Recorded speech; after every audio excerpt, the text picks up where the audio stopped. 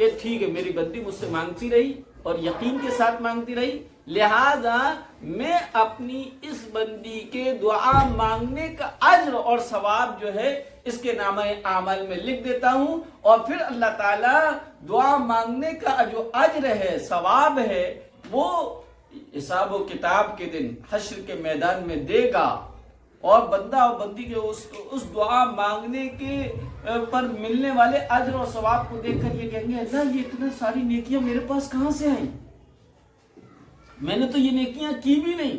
تو اللہ کہے گا میری بندی تو مجھ سے مانگتی تھی اور کبھی مایوس نہیں ہوئی، تو مانگتی رہی، لیکن جو تو مانگ رہی تھی وہ میں دے نہیں سکتا تھا کیونکہ تیرے لیے مناسب نہیں تھا، لیکن اس کا اجر اور ثواب میں نے دیا ہے، یہ وہی جو ہے اجر و ثواب ہے۔ تو اللہ کے رسول نے فرمایا قیامت کے دن لوگ یہ تمنا کریں گے کہ کاش دنیا میں ہماری ایک بھی دعا قبول نہ ہوتی اور ساری دعاؤں کا اجر و ثواب ہمیں مل جاتا۔ تو بہرحال یقین کے ساتھ مانگنا چاہیے دعا، اور اللہ تعالیٰ ضرور دعائیں قبول کرتا ہے، شرط یہ ہے کہ مانگتے ہوئے یقین ہو، دوسرا گناہوں کے کاموں کی نہ مانگا جائے، اور اسی طریقے سے حرام کاموں کے کرنے کی دعا نہ مانگی جائے۔ اسی طریقے سے دعا اگر آپ چاہتے ہیں کہ آپ کی دعا قبول ہو جائے، ایک صحابی نے عرض کیا اللہ کے رسول میں مستجاب الدعوات بننا چاہتا ہوں۔ مستجاب الدعوات اسے کہتے ہیں جو دعا مانگے اور اس کی دعا فوراً قبول ہو جائے، ایسے بندے کو کیا کہتے ہیں؟ اور ایسے بندے حدیث شریف میں آتا ہے اللہ کے رسول نے فرمایا اللہ کے کچھ بندے زمین پر ایسے اگر وہ کسی چیز کی قسم کھا لے تو اللہ ویسی ہی کر دیتا ہے، اگر وہ کسی چیز کے لیے کہہ دیں تو اللہ کے ہاں ان کے اتنا درجہ ہے، اتنی مقبولیت ہے کہ اللہ ویسے ہی کر دیتا ہے۔ تو پتہ چلا مستجاب الدعوات اس شخص کو کہتے ہیں جس کی دعائیں اللہ تعالیٰ رد نہ کرتا ہو، فوراً قبول فرما لیتا ہو۔ ایک صحابی نے عرض کیا اللہ کے رسول میں مستجاب الدعوات بننا چاہتا ہوں، یعنی میں جو دعا مانگوں وہ میری قبول ہو جائے۔ ہم اور آپ بھی بننا چاہتے نہیں چاہتے؟ تو اللہ کے رسول نے کہا تم حلال کو کھانے والے بن جاؤ، تم مستجاب الدعوات بن جاؤ۔ ہماری زندگی میں حلال ہو، کھانا پہننا اوڑھنا، ہماری سب چیزیں جو ہیں حلال کی ہو، حرام کی نہ ہو، کیونکہ حرام کا ایک لقمہ جانے انجانے میں اگر کھا لیا تو 40 دن تک کوئی دعا قبول نہیں ہوتی ہے۔ اس لیے ایرے گہرے نتو خیرے کا اگر گھر پہ آ جائے تو جلدی سے لبر اور ہپر نہیں کھانا چاہیے۔ سمجھ میں آ گیا؟ تحقیق کرنا چاہیے کہاں سے آیا، کس کے یہاں سے آیا۔ بس بریانی دیکھی اور دال ٹپک گئی اٹھا لیا اور کھا لیا، حلیم دیکھا کھا لیا، حلوہ دیکھا کھا لیا، یہ سارے جو رسموں کے کھانے ہیں یہ غیر اللہ کے نام پر ہوتے ہیں، اس لیے حرام ہیں۔ یہ کہہ کر کہ یہ رزق ہے کھا لیا جائے، یہ انسان کی بے عقلی کی بات ہے۔ چلیے یہ سوال تو ہو گیا، دوسرا کوئی سوال ہے؟ شب برات پہ حلوہ بنانا اور کھانا کیوں نہیں چاہیے؟ شب برات پر حلوہ بنانا اور کھانا کیوں نہیں چاہیے؟ دیکھیے کھانے کے بارے میں قرآن کریم میں اور حدیث شریف میں فرمایا کلو وشربو، کھاؤ اور پیو، جو من کو اچھا لگے وہ کھاؤ اور پیو، لیکن اس سلسلے میں آزاد نہیں چھوڑا بلکہ اس کی حد بندی کر دی، کیا کھانا ہے کیا نہیں کھانا ہے، کیا کھانا ہے کیا نہیں کھانا۔ اس سلسلے میں شریعت نے قانون دے دیا، کیوں؟ کیونکہ ہم نے کلمہ لا الہ الا اللہ محمد رسول اللہ پڑھ کے اپنے آپ کو اللہ کی بندی اور رسول اللہ صلی اللہ علیہ وسلم کی امتی اور غلامی میں اپنے آپ کو دے دیا۔ تو جو کسی کا غلام ہوتا ہے، جو کسی کے انڈر میں ہوتا ہے، اس کی لائف جو ہے من موجی نہیں ہوتی، اس کی لائف جو ہے من مرضی کی نہیں ہوتی، بلکہ وہ جس کے انڈر میں ہے اس کے جو قانون ہیں، اس کے جو قاعدے ہیں، اس قاعدے کے مطابق ہوتی ہے۔ تو ہم لوگوں کی زندگی مسلمانوں کی اس بنا کر ایک نظام اور سسٹم کے تحت ہے، کیونکہ ہم اللہ کو اپنا رب مانتے ہیں اور رسول اللہ صلی اللہ علیہ وسلم کو اپنا پیغمبر اور آئیڈیل مانتے ہیں، نمونہ مانتے ہیں۔ تو اسلام نے ہمیں کہا کہ کھاؤ اور پیو، خوب کھاؤ خوب پیو، لیکن کون سا کھانا ہے کون سا نہیں کھانا ہے اس کے لیے جو ہے حد بندی بتا دی. فرمایا وہ کھانا جو حرام نہ ہو. حرام کون سا ہے؟ جو شریعت نے بتایا. وہ کھانا ناپاک اور گندا نہ ہو، صحت کو مضر اور نقصان دہ نہ ہو. اب یقیناً حلوہ نہ تو صحت کے لیے مضر اور نقصان دہ بلکہ فائدہ مند ہے، اور نہ ہی اس میں نشے کی کوئی چیز ہے. اب آئی یہ کہ یہ حرام ہے، اور یہ اس لیے ہے کہ حلوہ جہاں بھی بنایا جاتا ہے اور کھایا اور کھلایا جاتا ہے، وہاں پر سب لوگوں کا منشا یہ ہوتا ہے کہ اگر ہم نے شب برات کا حلوہ نہیں بنایا اور دوسروں کو نہیں کھلایا تو پریشانیاں، مصیبتیں، بیماریاں، آفتیں ہمارے گھروں کو گھیر لیں گی.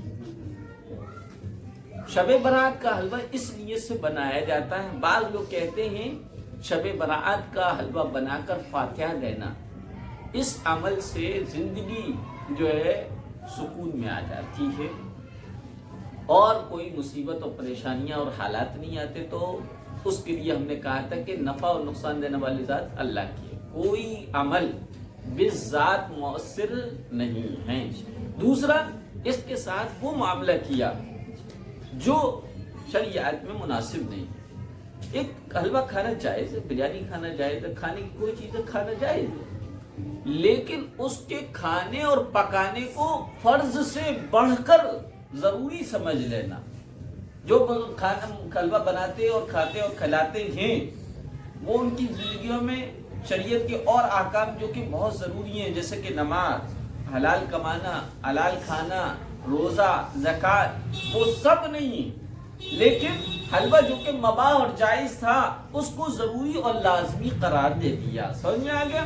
اور پھر اس کے پیچھے ایک کہانی گڑھی، حلوے کو جائز بنانے کے لیے ایک کہانی گڑھی اور کہا کہ دراصل اللہ کے رسول صلی اللہ علیہ وسلم کے یہ 2 دانت ثنائے الیہ یہ جو ہے زخمی ہو گئے، ٹوٹ گئے، شہید ہو گئے. کون سی جنگ میں؟ جنگ احد میں. اس لیے بعض لوگوں نے یہ کہا کہ اللہ کے رسول صلی اللہ علیہ وسلم کے دانت شہید ہوئے تھے، آپ نے حلوہ کھایا تھا، اس لیے ہم بھی حلوہ کھا رہے ہیں. تو ان کا جواب یہ کہ اگر واقعی محبت ہے تو محبت میں یکسانیت ہوتی ہے، برابری ہوتی ہے. حلوہ کھانے میں تو محبت ہو گئی، لیکن دانت تو ہمارے تو باقی ہیں، تمہارے تو نہیں ٹوٹے. بھائی اللہ کے رسول کے ٹوٹے تو اپنے بھی دانت توڑو، پھر اس کے بعد جو ہے حلوہ کھاؤ. دوسرا یہ کہ جو صلح حدیبیہ میں اللہ کے رسول کے جو دانت شہید ہوئے تھے وہ شوال کا مہینہ تھا، شعبان کا نہیں تھا. یعنی دانت ٹوٹ رہے 2 مہینے بعد اور تم حلوہ کھا رہے 2 مہینے پہلے، شعبان. سمجھ میں آ گیا؟ بعض لوگوں نے کہا نہیں، حلوہ ہم کیا اس لیے بناتے ہیں کیونکہ اللہ کے رسول کے چچا حضرت حمزہ رضی اللہ تعالی عنہ شہید کر دیے گئے تھے. ان کو فاتحہ دینے کے لیے، ان کے نام پر ثواب پہنچانے کے لیے بناتے ہیں. تو اس کا بھی جواب یہی ہے کہ وہ دین وہ ہے جو صحابہ سے ملا، صحابہ نے اپنی زندگیوں میں نہیں کیا. اور دوسرا جواب یہ ہے کہ حضرت حمزہ کی بھی شہادت کب ہوئی ہے؟ غزوہ احد میں ہوئی ہے. اور غزوہ احد کون سے مہینے میں ہوا؟ شوال میں ہوا، جو عید کا مہینہ. تو پتہ چلا کہ ابھی شہید ہوئے نہیں ہے، 2 مہینے پہلے ہی تم نے حلوے کھانے شروع کر دیے. تو اس نیت سے جو بناتے ہیں وہ نہیں کھایا جائے گا، نہ ہی بنایا جائے گا. البتہ سال کے دوسرے دنوں میں آپ جو چاہیں، جیسے چاہیں حلوہ بنائیں اور کھائیں اور کھلائیں، کوئی حرج کی بات نہیں ہے. جی اور کوئی سوال؟ میں جب ممبئی گئی تھی تو جب میرا ایکسیڈنٹ ہو گیا تھا تو ایک رات کو میں بہت زیادہ پریشان تھی کہ میں جو چاہ رہی تھی وہ مجھے سب غلط ہو گیا. روتے روتے میں سو گئی اچانک سے. تو پھر میری 3 بجے کے ٹائم پہ آنکھ کھلی تو عجیب سے نیند میں ہی میرے خیال آیا کہ جو تم مانگ رہی ہے وہ ملے گا پر مشکل ہے بہت، ٹائم لگے گا. اچانک سے میری آنکھ کھلی، ایسی 1-2-1:30 بجے کا ٹائم تھا، نہیں 3 بجے کا، اور بہت پریشان ہو کر سوئی تھی. ہاں کبھی کبھی ہمارے ساتھ جو حافظہ فرشتے رہتے ہیں نا، وہ کبھی نہ کبھی ہماری رہنمائی بھی کرتے ہیں اور ہماری حفاظت بھی کرتے ہیں. جیسے کہ آپ کی لائف میں ہوا ہوگا، آپ سو رہے ہیں، سوتے سوتے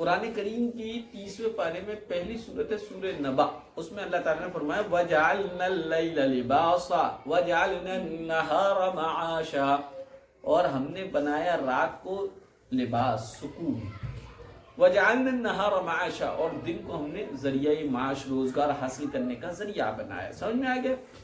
تو رات کا اللہ نے پہلے ذکر کیا، دن کا بعد میں ذکر کیا، تو پتہ چلا رات پہلے ہوتی ہے، دن بعد میں ہوتا ہے۔ اور اسلامی تاریخ بھی کہا ہے سورج ڈوبتے ہی چینج ہوتی ہے۔ کیا ہوتی ہے؟ سورج ڈوبتے ہی کیا چاند نکلتا ہے، اور چاند کی جو تاریخ ہے وہ چاند نکلنے سے ہی تو ہوتی ہے، اور چاند کب نکلتا ہے؟ سورج ڈوبنے سے۔ لہذا آج جیسے کہ مانو جمعرات، آج ہے تو سوموار کا ریئل میں، لیکن آپ کو سمجھانے کے لیے بتا رہا ہوں آج جمعرات کا دن، جمعرات کا پورا دن گزر کے جیسے ہی مغرب کی اذان ہوگی تو جمعے کی رات ہے۔ کیا ہے؟ جمعے کی رات۔ اب یہ اس میں اگر آپ جمعے میں سورہ کہف وغیرہ پڑھتی ہیں اور آپ کو دن میں ٹائم نہیں ملے گا کیونکہ آپ نے مشین لگا دی ہے یا گھر کی صفائی کرنی ہے یا آپ کو باجی کے یہاں، آنٹی، خالہ، نانی، نانا کے یہاں جانا ہے، اور آپ کا معمول سورہ کہف پڑھنے کا بھی ہے جمعے کے دن، تو آپ جمعرات کی رات سے پڑھنا شروع کر دیں۔ یہ ایسا ہی ہے جیسے کہ آپ نے جمعے کے دن ہی سورہ کہف پڑھی ہے۔ سمجھ میں آ گیا؟ جمعہ رات کے دن کے بعد جو رات آتی ہے وہ جمعہ لگ جاتا ہے۔ کب تک رہتا ہے؟ جمعے کا پورا دن گزرنے پر مغرب تک رہتا ہے، یہ جمعے کا دن۔ اور اگر کسی کا انتقال جمعرات کی رات سے جمعے کے مغرب تک ہوتا ہے تو اس کا انتقال یہ کہلائے گا کہ یہ جمعے میں ہوا ہے۔ کیا ہوا ہے؟ اور انتقال کا ذکر ہے حدیث میں، دفن ہونے کا ذکر نہیں ہے۔ مثلا کسی کا جمعرات میں دن میں انتقال ہوا، جمعے میں اگر اس کو دفنایا جائے تو یہ فضیلت جو میں بتانے والا ہوں وہ اس کو نہیں ملے گی۔ دفن ہونے کے لفظ نہیں ہے، انتقال کے لفظ ہیں۔ کیا ایسا ہو سکتا ہے کہ کسی کو بھائی انتقال اس کا جمعرات کے میں ہوا ہو اور اس کو دفنایا جائے جمعے میں، حالانکہ یہ حدیث کے خلاف ہے۔ جلد از جلد دفنانے کی کیا کرنا چاہیے؟ تیاری کرنا چاہیے۔ آپ لوگوں کے یہاں بھی آپ کا کوئی اپنا جدا ہو، اور جدا ہوں گے، ہم بھی جدا ہو سکتے ہیں، کبھی بھی آپ یہ نہ کہیے کہ ابھی مت کرو، ہم آ رہے ہیں 1 گھنٹے بعد کر لینا، یہ جو منگل میں کر لینا، منگل میں پہنچ جائیں۔ نہیں، آپ کہہ دیجیے بالکل آپ تاخیر نہ کیجیے، کر دیجیے، ہم آ رہے ہیں، پہنچ جائیں گے۔ اللہ کے رسول کے ساتھ صحابہ کا کیا عمل تھا؟ ایک بڑھیا تھی جو مسجد نبوی کی جھاڑو دے دیا کرتی تھی۔ اچھا، ہم جب سمجھتے ہیں وہ یہ سمجھتے کہ مسجد میں عورتیں جا نہیں سکتی۔ نہیں، عورتیں جا سکتی ہیں اور جاتی ہیں، کوئی برائی نہیں ہے، لیکن بہتر ان کا گھر پہ ہی نماز پڑھنا ہے۔ عورتیں مسجد میں جائیں گی تو بے پردگی ہوگی اور بہت ساری خرابیاں بھی پیدا ہو سکتی ہیں۔ لیکن اگر کہیں پورشن علیحدہ ہے مسجد کا اور باقاعدہ پردے کا انتظام ہے، اور محلے اور گلیاں بھی اور راستے بھی بالکل امن والے ہیں کہ وہاں پر لوفر ٹائپ کے نوجوان اور ادھر ادھر کے کچھ نہیں ہے، تو پھر بالکل جائے مسجد میں نماز پڑھ لیں۔ تو مسجد میں عورتیں جا سکتی ہیں۔ جو ہم سمجھتے ہیں کہ عورتیں نہیں جا سکتی، ایسا کچھ بھی نہیں ہے۔ عورتیں نہ جانے کی وجہ کیا ہے؟ بہت ساری برائیاں پیدا ہو سکتی ہیں، اس لیے عورتوں کو منع کیا گیا۔ اور اچھا، مسجد نبوی وہ کھلا ہوا تھا، جیسے کہ آپ نے گاؤں کے گھر دیکھے ہوں کہ لمبا چوڑا ہوتا ہے، جھاڑو دیتے رہو، تو ایسی مسجد نبوی تھی، تو وہ ایک بڑی صاحب جو ہے جھاڑو دیا کرتے تھے۔ ان کی طبیعت خراب ہوئی تو اللہ کے رسول دیکھنے گئے اور اپنے صحابہ سے کہا کہ اگر انتقال ہو جائے تو مجھے اطلاع دینا، میں نماز جنازہ پڑھوں گا۔ رات میں کسی وقت انتقال ہو گیا، اللہ کے رسول آرام فرما رہے تھے، صحابہ نے کسی نے آپ کو نہیں اٹھایا، پیارے آقا کی نیند میں خلل نہیں ڈالا، بلکہ اس بڑھیا کے کفن دفن کر دیا۔ کفن دفن کرنے کے بعد جب اللہ کے رسول اٹھے تو آپ کو اطلاع دی گئی۔ آپ نے فرمایا آپ لوگوں نے مجھے اٹھایا نہیں۔ صحابہ نے بڑے ادب سے کہا اللہ کے رسول ہم نے اس لیے نہیں اٹھایا کہ آپ کی نیند میں خلل پڑتا، آپ کے آرام میں خلل پڑتا، اور دفنا اس لیے دیا کیونکہ آپ ہی کا فرمان ہے کہ اپنے مردوں کو دفنانے میں جلدی کرو، اس لیے ہم نے دفنا دیا۔ تو اللہ کے رسول اس بڑھیا کی قبر پہ جا کے جو بھی ایصال ثواب تھا وہ کرے آئے۔ بہرحال اس حدیث سے پتہ چلا کہ مردوں کو دفنانے میں جلدی کرنا چاہیے۔ بعض لوگ کیا کرتے ہیں کہ فضیلت حاصل کرنا چاہتے ہیں، جمعرات میں انتقال ہوا، جمعے کی نماز میں جو ہے نماز جنازہ ہوگی، تو یہ فضیلت نہیں ملے گی، کیونکہ حدیث میں کیا ہے، جمعے کے دن جس کا انتقال ہوا، اور جمعے کا دن کب سے شروع ہوتا ہے، جمعرات کے دن مغرب کے بعد سے لے کر جمعے کی مغرب سے پہلے تک جمعے کا دن رہتا ہے، اور رمضان میں کسی کا انتقال ہوا تو حدیث شریف میں آتا ہے کہ اس سے قبر میں عذاب نہیں ہوگا، قبر کے پہلے 3 سوال اس سے نہیں کیے جائیں گے، یہ حدیث میں آتا ہے، سمجھ میں آ گیا، اس کے عذاب اس سے اٹھا دیا جاتا ہے، اتنا اس میں آیا ہے حدیث شریف۔ اب اس میں کچھ علماء نے تعبیر یہ کی ہے، جب تک جمعے کا دن رہتا ہے یا جب تک رمضان کا مہینہ چل رہا ہوتا ہے اس وقت تک اس سے قبر کے سوال نہیں ہوتے، اور اگر گناہ گار ہے تو اس پر قبر کا عذاب مسلط نہیں ہوتا۔ جیسی جمعہ کا دن گزرا، رمضان کا مہینہ گزرا، فوراً جو ہے کیا ہوگا، اس سے حساب و کتاب شروع ہو جاتا ہے۔ یہ ایک جماعت علماء کی ان کا خیال ہے، ان کا نظریہ ہے، ان کی رائے۔ دوسری طرف بعض علماء نے کہا نہیں، قیامت تک جمعے میں انتقال ہونے والے، رمضان کے مہینے میں انتقال ہونے والے سے قبر کا کوئی حساب و کتاب نہیں ہوتا، اگر وہ بدعمل ہے تب بھی اس پر کیا ہے، کوئی عذاب مسلط نہیں ہوتا۔ یہ ایک تیسری رائے یہ آئی، نہ قبر میں ہوتا ہے نہ حشر میں حساب و کتاب ہوگا، ڈائریکٹ اللہ تعالیٰ جنت میں اس کو داخل فرما دے گا۔ اب سوال یہ ہوگا کہ چاہے وہ گناہ کرتا ہو، چاہے کچھ بھی کرتا ہو، چاہے شرابی ہو، چاہے گناہ کرتا ہو، کیونکہ کسی کا انتقال جمعے کے دن ہونا، کسی کا انتقال رمضان کے دن ہونا، یہ اللہ کے فیصلے، انسان کے اختیار اور اس کے بس کی بات نہیں ہے۔ اور اللہ تعالیٰ تو اپنی شان پہلے ہی بتا چکا ہے، میں کسی بھی بندے اور بندی کو اگر وہ ایمان والا ہے تو معاف کر سکتا ہوں، اگر وہ ایمان والا ہے تو معاف کر سکتا ہوں۔ لہذا علماء کی رائے یہ کہ اللہ سے جیسی امید اور جیسا گمان رکھو، اللہ ویسا ہی ہو جاتا ہے بندے اور بندی کے لیے۔ لہذا ہم اللہ سے تو یہی امید رکھیں گے کہ جمعے میں انتقال ہو جانے والے اور رمضان میں انتقال ہو جانے والوں سے نہ قبر میں حساب و کتاب ہوتا، نہ حشر کے میدان میں سوال جواب ہوتے، بلکہ اللہ تعالیٰ ان کو اپنے فضل سے جنت عطا فرما دیتا ہے۔ اب یہ سوال رہا کہ وہ چاہے کتنے گناہ گار ہوں، تو اس سوال کرنے کا ہمیں اختیار نہیں ہے، یہ تو اللہ کی شان ہے، بادشاہ کا فیصلہ ہمیں ماننا ہے۔ جی اور جی شب قدر کیوں جگی جاتی ہے؟ ہاں، شب قدر آتی ہے رمضان کے مہینے میں، رمضان کے مہینے کا آخری جو 10 دن ہے اس کو عشرہ کہتے ہیں، آخری عشرہ۔ اس آخری عشرے میں شب قدر ہوتی ہے، اور شب قدر کیا ہے اور کیوں دی گئی ہے؟ شب قدر وہ رات ہے جس میں اللہ تعالیٰ نے قرآن کریم کو نازل فرمایا، اِنَّا أَنزَلْنَاهُ فِي لَيْلَةِ الْقَدْرِ، اللہ فرمایا بے شک ہم نے اس رات میں قرآن کریم کو نازل فرمایا۔ پیارے آقا حضرت محمد صلی اللہ علیہ وسلم کے سامنے وہ واقعات قرآن کریم میں نازل ہوئے جس میں پچھلی امتوں کے نیک اور برے لوگوں کے حالتیں بیان کی گئی، تو اس میں پیارے آقا کو وحی کے ذریعے سے یہ پتہ چلا کہ پچھلی امتوں کی عمریں بہت رہی، کسی کی 400 سال، کسی کی 500، کسی کی 1000، کسی کی 900 سال۔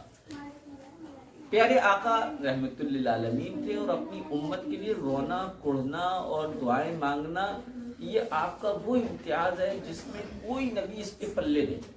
پیارے آقا اپنی امت کے لیے جتنا روئے ہیں، کڑے ہیں، اور جتنی فکریں رہی ہیں، اتنی کسی نبی کو نہیں۔ نبی تو ساروں کو فکر ہے، لیکن پیارے آقا کا یہ امتیاز ہے۔ قرآن کریم میں میں اس چیز کو کوڈ کرنا چاہتا ہوں، یہ اپنی طرف سے نہیں کہہ رہا۔ سورہ بقرہ میں یعقوب علیہ السلام کا انتقال ہونے لگا تو انہوں نے اپنے بیٹوں کو بلایا، مَا تَعْبُدُونَ مِن بَعْدِي، کہا تم میرے بعد کس کی عبادت کرو گے؟